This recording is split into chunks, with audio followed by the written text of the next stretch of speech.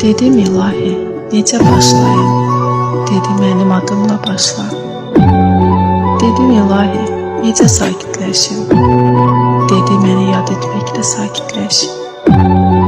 Dedim ilahi, çox yalğızam. Dedi mən həmişə səninləyəm. Dedim ilahi, heç kəs mənimlə qalmadı. Dedi mən həmişə yanındayam. Dedim ilahi, qəlbimdə heç nə yoxdur. Dedi qəlbinin eşqinlə doldu. Dedim ilahi, ehtiyaclıyam. Dedi yalnız məndən istə. Dedim ilahi, o qədər müşkülüm var. Dedi mənə təvəkkül et.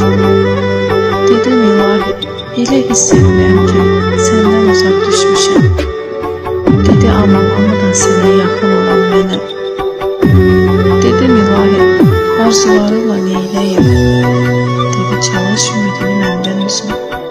Dedim ilahi, çox istədim vermədilər.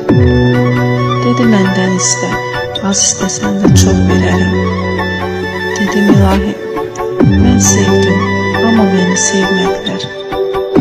Dedi sən məni sevməsən də mən səni sevirəm. Sən nə mehribansan Allahım, məni özündən ayrı salma ya Rəbbim.